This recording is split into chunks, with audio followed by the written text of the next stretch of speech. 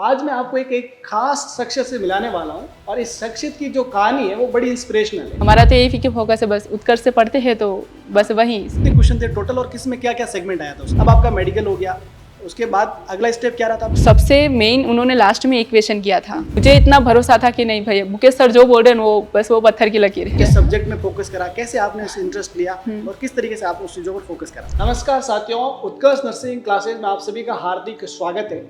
आज मैं आपको एक खास शख्सियत से मिलाने वाला हूँ और इस शख्सियत की जो कहानी है वो बड़ी इंस्पिरेशनल है। जैसे कि आप सब लोगों को पता है कि नर्सिंग के स्कोप के अंदर एक खास स्कोप आपको मिलिट्री नर्सिंग सर्विसेज में भी देखने को मिलता है, जो कि स्कोप स्पेशली फीमेल्स के लिए होता है।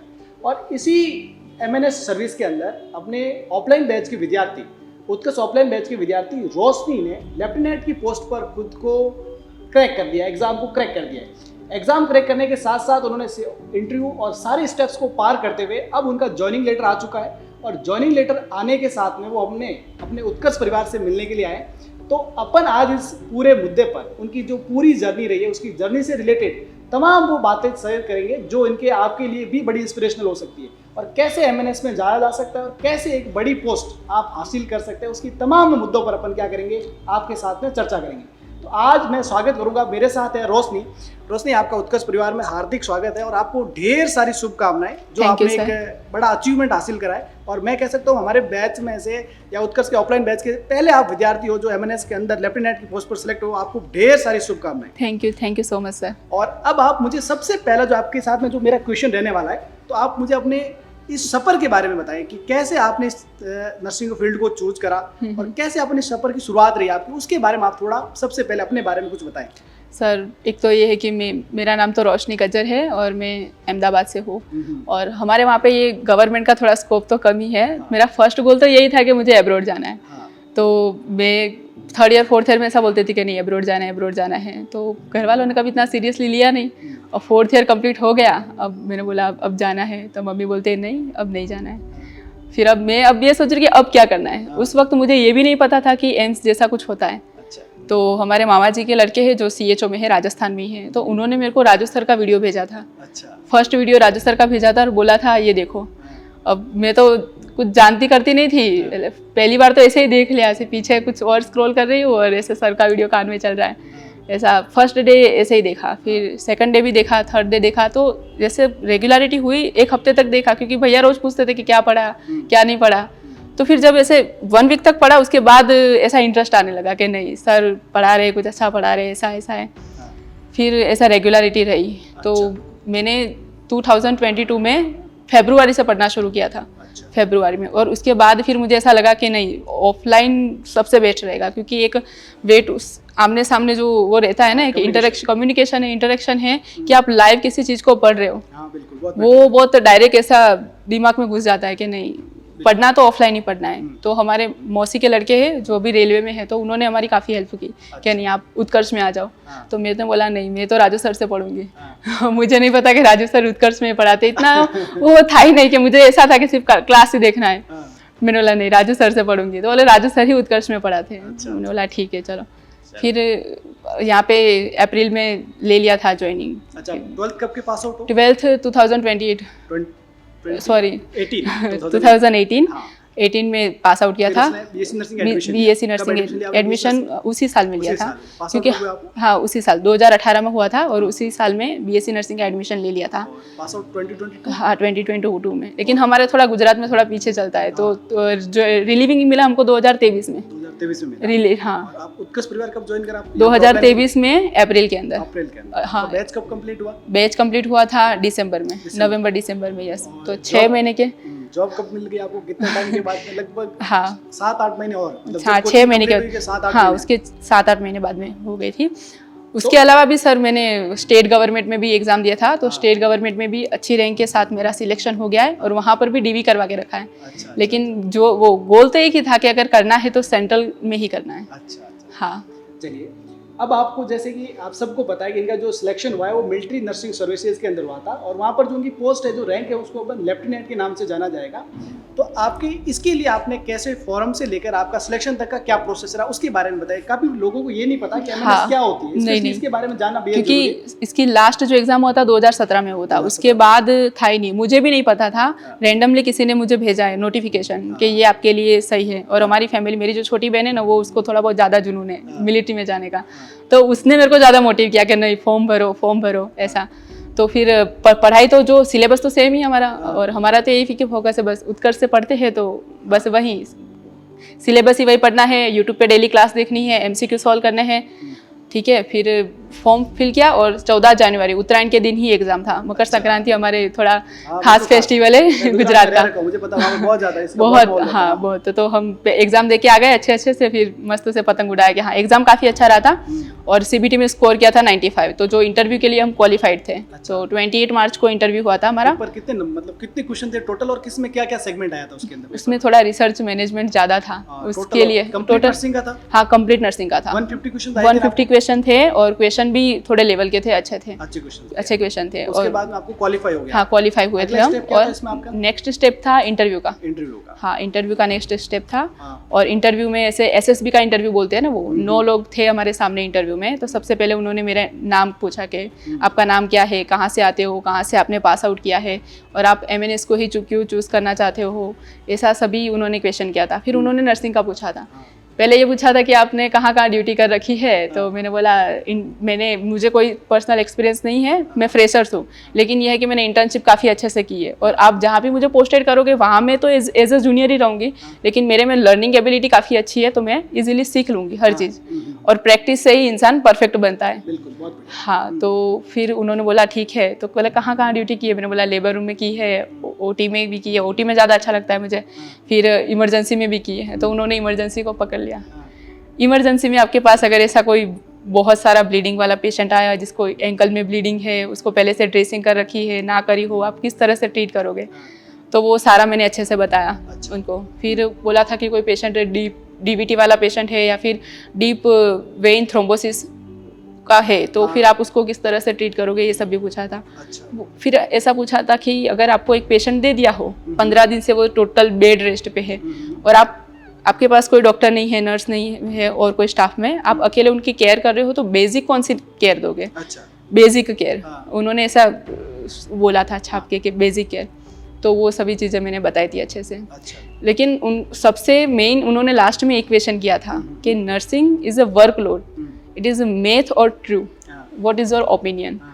तो नर्सिंग एक प्रोफेशन है, वो एक कोई वर्क नहीं है, ठीक है। और वो आपकी खुद की, आप उसको किस तरह से टैकल करते हो वो डिपेंड करता है कि आप उसको एज अ वर्कलोड लेते हो या फिर आप एज अ प्रोफेशन लेते हो। बिल्कुल, कोई भी काम जब आप पैशन और इंटरेस्ट के साथ करते हैं तभी उस काम को अपन क्या अच्छे से कर पाते हैं। अगर आप किसी भी काम को वर्कलोड की तरह लोगे तो वो काम आप कभी भी अच्छे से नहीं कर पाएंगे। बेसिक लाइफ का कंसेप्ट है, हर जगह है, आपको बात याद रखनी होती है। उसके बाद में जब आपका इंटरव्यू हो गया, इंटरव्यू से अगला स्टेप क्या था? मेडिकल था, मेडिकल फिजिकल। हाँ मेडिकल में I am totally medically fit, लेकिन मेरा हीमोग्लोबिन लेवल बहुत लो था। हीमोग्लोबिन 9 पे ही था मेरा। तो फिर रीमेडिकल आया था मेरा। तो जो 40 दिन का टाइम दिया था हीमोग्लोबिन को बढ़ाने के लिए, वो बहुत ज़्यादा क्रूशियल टाइम था, क्योंकि आप डेली बीट जूस पी रहे हो, आयरन भी ले रहे हो, हरी सब्जियाँ भी खा रहे हो, सब कुछ कर, लेकिन हीमोग्लोबिन नहीं बढ़ रहा है। लेकिन मैं तो अभी भी बोलती हूँ कि it is all about Krishna, कि वो हीमोग्लोबिन बढ़ गया है, क्योंकि मैं घर से करवा के गई थी तो अभी 11 ही था मेरा, और वहाँ जाके मेरा 12 हो गया था। अच्छा बिल्कुल, कई जगह जो डेस्टिनी अपने को सपोर्ट करती है। हाँ वही के वो ही है कि आपका जो डेडिकेशन होता है ना, कि आपकी नियत ही है जो नियत ही निश्चित करती है। बिल्कुल बिल्कुल, बहुत अपनी नियत को बिल्कुल इस तरीके से रखिए, आपकी नियत ही बिल्कुल सब कुछ अच्छा ही करेगी आपके लिए। ये आपकी एकदम फैक्ट बात है, एकदम अपन कह सकते हैं शाश्वत सत्य वाली बात है। अब आपका मेडिकल हो गया, उसके बाद अगला स्टेप क्या रहा था? मेडिकली, हाँ उन्होंने बोला था यू आर मेडिकली फिट, अगर आप मेरिट में आओगे तो फिर आपको ज्वाइनिंग लेटर भेज दिया जाएगा। हाँ ज्वाइनिंग लेटर तो मेरा अभी आया। उन्होंने फर्स्ट लिस्ट भेजी थी, जो मेडिकली फिट बच्चे थे ना उनकी फर्स्ट लिस्ट आई थी पहले। अच्छा, जो कंप्लीट फिट थे। हाँ जो कम्प्लीटली फिट थे, तो उन लोगों को काफ़ी अच्छे हॉस्पिटल मिल गया, बड़ी बड़ी सिटी, फिर उन लोगों का अकॉर्डिंग टू देयर यूनिट, मतलब वो उसी तरह से उनको पहले ट्रेनिंग देते हैं और उसके बाद उनको डायरेक्टली ड्यूटी पे लगा देते हैं। अच्छा, और अभी हमारी लिस्ट अभी आई है री मेडिकल वालों की, तो मुझे हाँ दानापुर बिहार में मिला है यार मिला वहाँ ट्रेनिंग पोस्टिंग। हाँ, वहाँ पे वो उनकी यूनिट के हिसाब से मुझे ट्रेन करेंगे और उसके बाद हमको ज्वाइन कर देंगे। बिल्कुल, आपको ढेर सारी अपने फ्यूचर जर्नी के लिए शुभकामनाएं। थैंक यू और सर। देखिए, सबसे इम्पोर्टेंट बात है, अपनी कोई भी सर्विस होती है, सब सर्विस है कहीं ना कहीं अपनी सेवा का भाव हमेशा रहता ही है, लेकिन जो मिलिट्री सर्विसेज होती है वहाँ एक पेशेंस की नीड है। हाँ। हमेशा एक मतलब अपने डेडिकेशन जो लेवल रहता है वो हमेशा हाई रहता है। एक भूत बम्स वाली जॉब है ना, जहाँ पर अपने एक देश के प्रति समर्पण है और सब कुछ, मतलब अपन कह सकते हैं न्योछावर करने वाली पूरा फीलिंग से रहती है। हाँ सेक्रीफाइस ये करना है। बहुत बड़ी चीज़ होती है और अपन सबको अपने देश की आर्मी के लिए हमेशा एक श्रद्धा और उनके लिए एक अपन को इस तरीके से भाव रखना चाहिए जिसकी अपनी कोई सीमा नहीं होनी चाहिए। देश के प्रति हमेशा समर्पित भाव रखना आपके लिए बेहद और अपने देश के लिए सबसे बड़ी इंपॉर्टेंट चीज़ होती है और हमेशा इस पर आपको फोकस करना चाहिए। अब उसके अलावा आपको अगर मैं बात करता हूँ, अपन एक बेसिक बात करें तो आपकी जो पढ़ाई की अंदर जर्नी थी उसमें आपने मतलब खुद को कैसे पढ़ने, जो अपना पढ़ाई की जो जर्नी थी वो आपने कैसे शुरू करा और आपको पढ़ाई में कैसे आपने किस सब्जेक्ट में फोकस करा, कैसे आपने उसे इंटरेस्ट लिया और किस तरीके से आपने उस चीज़ों पर फोकस करा, उसके बारे में। सर मैं तो सही बोलूँ तो मेरा पूरा फोकस था सिर्फ ऑनलाइन ऑफलाइन। मेरा जो ऑफलाइन क्लास था ना कि बस 2 से 8 बैठना है, सर ने जो पढ़ा है उसको अच्छे से पढ़ना है। पूरा क्लास में पूरा ऐसा कंसंट्रेशन से बैठते थे कि भाई पूरे क्लास को कुछ नहीं आया लेकिन हाँ पीछे से ये लड़की आंसर जरूर देगी, इतना वो था। तो वो पूरा 100% था कि क्लास में पूरे कॉन्शियस से बैठना है, घर जाके उसको वापस से रिवाइज करना है, MCQ सॉल्व करना है और सुबह उठ के वही सर की सीरीज देखनी है। बस ये है कि सर वो आपके खुद के ऊपर डिपेंड करता है कि आप अलग अलग जगह से कुछ अलग अलग पढ़ रहे हो। वो बोलते हैं ना ऐसा कि आप ये भी खा रहे हो, वो भी खा रहे हो, ये भी खा रहे हो, तो फिर वो अपचा होता है। अपचा लाइक इनडाइजेशन।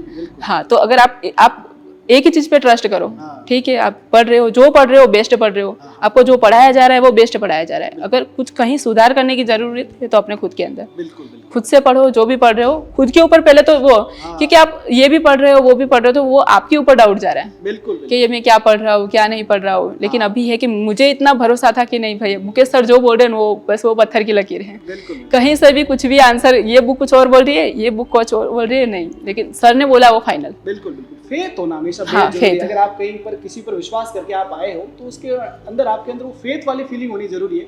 अगर आप उन पर डाउट करने लग जाओगे तो कहीं ना कहीं आप उस काम को अच्छे से नहीं कर पाओगे। जब काम को अच्छे से नहीं कर पाएंगे बिना फेथ के अगर आप काम करोगे तो काम के अंदर आप 100% नहीं होगा, 100% नहीं होगा तो कहीं ना कहीं आपको इसके अंदर दिक्कत देखने को मिलेगी। अब एक बड़ा बेसिक और सबसे इम्पोर्टेंट क्वेश्चन, अपने उत्कर्ष नर्सिंग क्लासेस के साथ आपका सफर कैसा रहा? बहुत अच्छा। हाँ, बहुत अच्छा। अभी भी ऐसे रास्ते से आ रहे थे ना तो बस वो रोड ही देख रहे थे, यहाँ ये कर रहे थे, ये वो बस ये पढ़ रहे थे, ऐसे पढ़ रहे थे, काफ़ी अच्छा। क्योंकि और सबसे ज़्यादा जब उत्कर्ष वाले कुछ बच्चों ने हमको बधाई दी ना तो वो काफ़ी अच्छा है। वो वापस हमारी जर्नी बता रहे कि हम ऐसे पढ़ते थे, ऐसे टेस्ट देते थे, ऐसे नंबर लाते थे। टेस्ट का तो काफ़ी इंपॉर्टेंस रहता है कि टेस्ट तो देना चाहिए और हमारा हर संडे को जो टेस्ट होता था ना वो काफ़ी हेल्पफुल था क्योंकि इतने बच्चों के अंदर आपका हर वीक में आपने जो पढ़ा है ना उसका लास्ट में आपका इवैल्यूएशन हो जाता था। वो सबसे बेस्ट था। बिल्कुल। और मैं भी एक स्पेशली बात करूंगा कि सारे बैच वैसे अच्छे थे लेकिन जो आपका जो बैच था वो बहुत ज़्यादा डेडिकेटेड बहुत। और उसके विद्यार्थी जो थे उनका थोड़ा लेवल भी अच्छा था, जो उनको अपन ज्यादा डेप्थ में पढ़ाते तो वो भी सारी चीजें कैच अप कर। तो और उसका जो एटमॉस्फेयर था वो काफी अच्छा था। बाकी सब बैच अच्छे ही होते, सब विद्यार्थी अपना प्रयास करता। थोड़ा मुझे रियली ऐसा लगा कि और एक्स्ट्रा एडवांस बैच है जिसके अंदर अपने आप जब स्टूडेंट जब कोई चीज की जिज्ञासा रखता है तो अपने एफर्ट अपने आप डबल होने लगते। बिल्कुल। और उसके अलावा अब आप अपनी लाइफ को कैसे देखते हो? अपन ये अचीवमेंट आपने अचीव करा, ये लाइफ के लिए बहुत बड़ी स्टेज होती है। किसी भी अपने एक जॉब का होना ये बहुत बड़ी बात है किसी की लाइफ के अंदर। तो अब आप अपनी लाइफ को कैसे देखना चाहते हैं, कैसा अपना इस सफर उस सफर को कैसे याद करना चाहते हैं? नहीं देख, ऐसे तो सर सेंट्रल गवर्नमेंट की बहुत सारी जॉब है जिसमें आप अपनी सेल्फ को बहुत अच्छे से एंजॉय कर सकते हो। मेरा ESIC में भी हो, DV में मतलब वो नाम आ गया है, PDF में मेरा रोल नंबर है, तो मुझे मेरे ना मार्क्स के हिसाब से ऐसा लगता है कि मेरा हो ही जाएगा।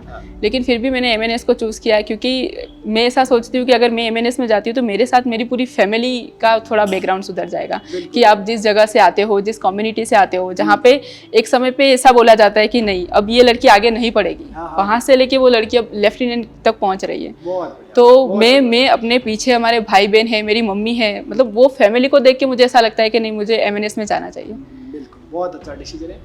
अब आपकी जो फ्यूचर जनरेशन है उसके लिए आप क्या मैसेज देना चाहोगे? जो लोग अभी तैयारी कर रहे हैं वो थोड़ा कंफ्यूज है, अगर उनके लिए कोई एक मैसेज देना चाहोगे क्या देना चाहोगे? एक ही मैसेज है उनके लिए सर कि सबसे पहले आपका अपना खुद का डेडिकेशन। अभी आपने बोला कि नीयत, आपकी जो नीयत है ना वही नियत ही निश्चित करती है कि अगर आपके अंदर ही नहीं होगा कि मुझे पढ़ना है तो फिर कुछ नहीं होगा। वो हमें कहीं और आप हमेशा बोलते हो कि मोटिवेशन लेने कहीं जाने की ज़रूरत नहीं होती है, वो सब आप हमारे खुद के अपने अपने व्यूज़ कबाड़ते हैं मोटिवेशन का वीडियो दे के। मोटिवेशन लेने कहीं जाना नहीं है, इंस्पिरेशन लेने भी कहीं नहीं जाना। आपकी खुद की परिस्थितियाँ होती है ना सर, वही आपको मोटिव कर देती है। ठीक है, आप जितना कंफर्ट जोन में रहोगे आप उतना ही पीछे रहोगे। आपकी खुद की परिस्थिति ही इंसान को हमेशा आगे तक ले जाती है। बिल्कुल, अपने कंफर्ट जोन से बाहर सबसे बेहतर है। क्योंकि जब मैं जोधपुर में आई थी सर, मैंने सब कुछ छोड़ के आई थी। मैं फैमिली है, फ्रेंड्स है, सोशल मीडिया, सब। कल ही इंस्टाग्राम इंस्टॉल करके पहली स्टोरी रखी कि फाइनली ऐसा 2 साल के बाद में। बिल्कुल बिल्कुल, सोशल मीडिया को भी थोड़ा अपने को टाइप से मैनेज करना पड़ेगा। बहुत बड़ा वो रील्स स्क्रॉल करते जाओ अभी तो 5G आ गया है ना, पता भी नहीं चलता 1 घंटा कब। हाँ बिल्कुल बिल्कुल। तो देखो, सब विद्यार्थियों के लिए जो सबसे कॉमन मैसेज है, समय की कीमत को समझें। समय की कीमत को समझ, मेहनत को हमेशा पूरे हार्ड वर्क के साथ करें और अपने फ्यूचर के को साथ में आप ना खेलें। और सही समय को अगर आप सही समय पर यूज करोगे तो आप भी वो मुकाम हासिल कर सकते हो जो कि रोशनी ने हासिल करा। MNS एक फीमेल कैंडिडेट के लिए एक और बेहतरीन चॉइस है। अगर आपको फ्यूचर में कोई अपॉर्चुनिटी मिले तो आप उसके लिए जरूर तैयार करें। मैं उम्मीद करता हूँ कि आपको स्टेप सारे समझ में आएंगे, कैसे तैयारी करी होगी। और ये जो सारी तैयारी करी है, मैं मानता हूँ रोशनी बहुत डेडिकेटेड स्टूडेंट थे अपनी क्लास के अंदर, और उनको माइग्रेन की भी प्रॉब्लम थी बहुत ज़्यादा। हाँ, और वो प्रॉब्लम थी, उसको लेकर वो काफ़ी कई बार डिस्ट्रक्शन होते थे, फिर भी उन्होंने अपने मेहनत को कंटिन्यू जारी करा। लगभग ये एक एग्जाम में तो फाइनली सिलेक्ट हो चुके हैं, 2 एग्जाम उनकी वेटिंग में, और भी फ्यूचर के अंदर ऐसे कोई एडवेंचर मिलते हैं तो जरूर उस अकॉर्डिंग सिलेक्ट होंगे। और आप भी अगर सिलेक्ट होना चाहते हैं तो इनसे इंस्पिरेशन लेकर अपनी तैयारी को शुरुआत करिए। और मैं विश्वास के साथ कहता हूँ, अगर आप 6 मंथ to 1 ईयर अगर आप अपनी मेहनत को देते हैं तो आप निश्चित तौर पर क्या होंगे, सिलेक्ट होंगे। रोशनी, आप यहाँ पर आए, आपका तहे दिल से शुक्रिया। आगे भी अपने विद्यार्थियों को, अपने साथियों को मोटिवेट करते रहे और वो भी अपने लक्ष्य प्राप्त करें, ऐसी उम्मीद। हाँ, बिल्कुल, आपका बहुत बहुत शुक्रिया। Thank you sir. सर आपका भी बहुत सारा शुक्रिया, क्योंकि ऑफलाइन में हम सबसे ज़्यादा कनेक्टेड आपके साथ है। आपने हमेशा एज अ मेंटर बहुत अच्छे से गाइड किया सर। बिल्कुल। हाँ, नॉट ओनली फॉर स्टडी, आप लाइफ में भी बहुत सारी प्रॉब्लम का आपने सॉल्यूशन दिया है। बिल्कुल। कभी भी अपने को जब ऑफलाइन विद्यार्थियों के साथ रहते हैं तो हमारे इमोशनल कनेक्ट बहुत ज़्यादा है, और उस सारी चीज़ों को ध्यान रखकर हम हमेशा प्रयास करते हैं विद्यार्थी जब भी जाए और हम हर अपने उत्कर्ष परिवार के साथ में जुड़े तो हर परेशानी से कैसे पार पा सकता है उसका हमारा पूरा प्रयास रहा। आप लोग भी ऐसे ही अपनी लाइफ के अंदर सफलता पाएं, ऐसी ढेर सारी शुभकामनाओं के साथ में आज मैं विदा लेता हूं। मिलते हैं एक नई किसी सक्सेस के साथ में अगले एपिसोड के अंदर। आज के लिए आज्ञा दीजिएगा। नमस्कार।